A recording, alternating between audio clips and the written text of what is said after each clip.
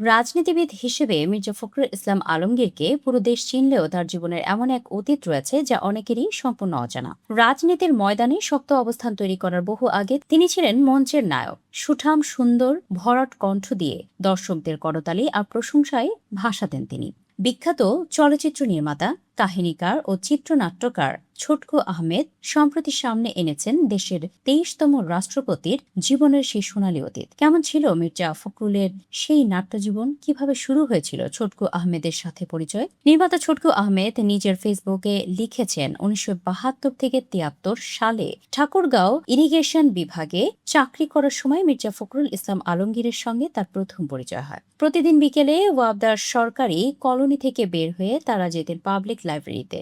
সেখানে জমে উঠত তরুণ ফখরুল ও স্থানীয়দের আড্ডা এবং সাংস্কৃতিক কর্মকাণ্ড। ঢাকার প্রখ্যাত অভিনেত্রী আনোয়ারার ছোট বোন নার্গিসকে সাথে নিয়ে তৎকালীন বলাকা সিনেমা হলে নাটক করার স্মৃতিও উঠে আসে ছোটকু আহমেদের লেখায়। মির্জা ফখরুলের অভিনয়ের ভূয়সী প্রশংসা করে ছোটকু আহমেদ লিখেন, সুঠাম সুন্দর ভরাট কণ্ঠের অধিকারী আলমগীর সাহেব নাটকের নায়কের অভিনয় করতেন এবং দুর্দান্ত আবৃত্তি করতেন। তার পারফরমেন্সে পুরো হল রুম হাততালিতে ফেটে পড়ত।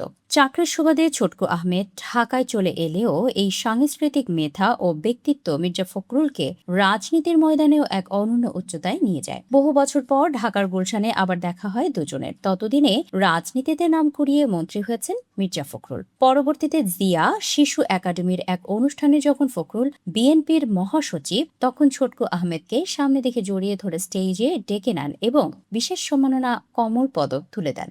এমনকি সম্প্রতি ঠাকুরগাঁও নাট্য সমিতির এক অনুষ্ঠানেও মির্জা ফখরুল ছোটকু আহমেদের কথা স্মরণ করেছিলেন, যা প্রমাণ করে অতীতের প্রতি তার গভীর সম্মানবোধ।